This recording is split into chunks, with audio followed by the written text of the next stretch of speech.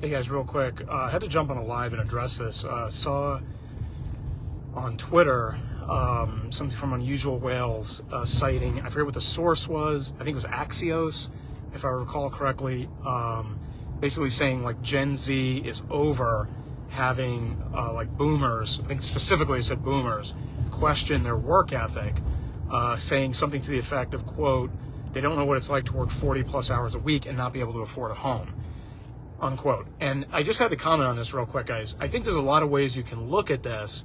There's absolutely no question you can sit here and say, not everybody's entitled to a home, not everybody's supposed to be able to afford a home. I get that, and I don't necessarily disagree with those things. However, the main thing that post from Unusual Whales made me think about is all of the money printing and inflation that has been caused by, profligate government spending, broken political system, voter apathy over the last 50 years, going especially back to coming off the gold standard in 1971, when you really see the dollar start to degrade in value. It's the boomers, and I hate to say it, parents are boomers, I know boomers, love boomers, but the boomers were asleep at the wheel when that stuff was going on. Boomers born in the 40s were in their 30s.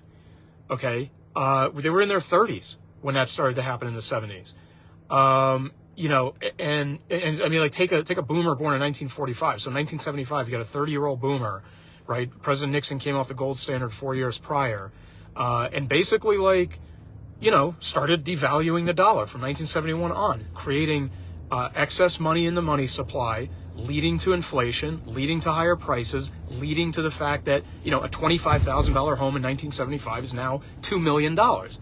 And so, when we say, when people talk about, this is immoral for us to kick this can down the road to future generations, well, here's the result of it. I mean, here's the kicking the can, right?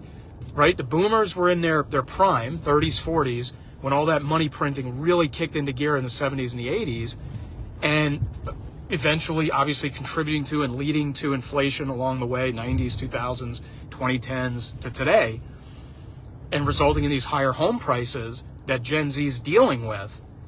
And, and then we're sitting here, casting stones at Gen Z. I mean, Gen Z, largely speaking, yeah, they can't afford homes because these homes have been inflated way out of whack on the ratio of income to sale price of the home. I mean, I don't know what the exact numbers are, guys. It's easily something anybody could look up, and I should do it myself.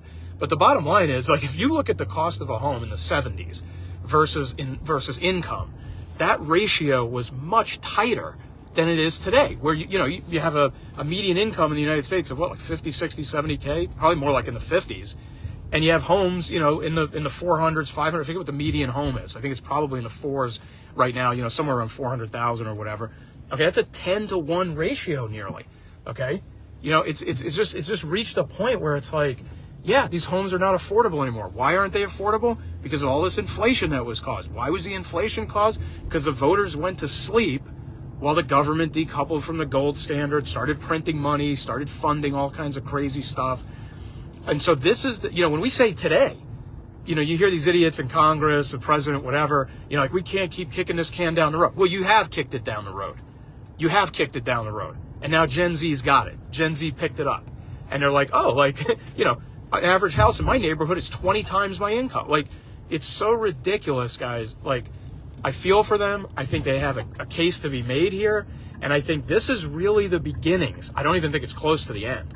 But these are the beginnings of us seeing what happens when you kick this can down the road. 34 trillion in debt. Okay, just a sick amount of money that we're in debt. Rising interest rates. Interest payments are getting close to $1 trillion a year. I mean, disgusting. So where's that money going to come from, right? We're going to print more of it, create more inflation. Whichever generation comes after Gen Z is going to deal with that. So we are kicking the can down the road. That's what we do best. We've been doing it at least since the 70s. You can go past that. You can go further back than that to find, problems like this, in the system. You go all the way back to the creation of the Federal Reserve in 1913. I mean, I'm not saying that you got to mark it off in the 70s, but when we decoupled from the gold standard in 71, man, that dollar really, I mean, it plummeted. I mean, it absolutely plummeted in value from then till now, these last 50 plus years. So, I saw the post, I reposted it, and I said, not on my Wealth for Real, but I did it on my personal CJ Anastasio handle. And I said, good for them. I'm glad they're not taking that shit anymore from boomers. They shouldn't be. And I said something like they should check out the Chinese move, the lie flat movement, where a lot of like the young generation in China is like, forget about this, the whole 996 thing. Work 9 o'clock to 9 o'clock. 12 hours a day, 6 days a week. That was like the whole thing of like busting your ass and stuff like that they kind of promoted there. So that's called the 996 movement. So in response to the 996 movement, you've got the lie flat movement, which I think is absolutely hilarious. You guys should check that out and look it up if you don't know what it is. I absolutely, I like seeing the tweet. I like hearing Gen Z pushback. I totally agree with them. I'm totally in support of what they're saying. And I understand the dynamic that's happening. I mean, we are reaping what has been sown, and it's just the beginning.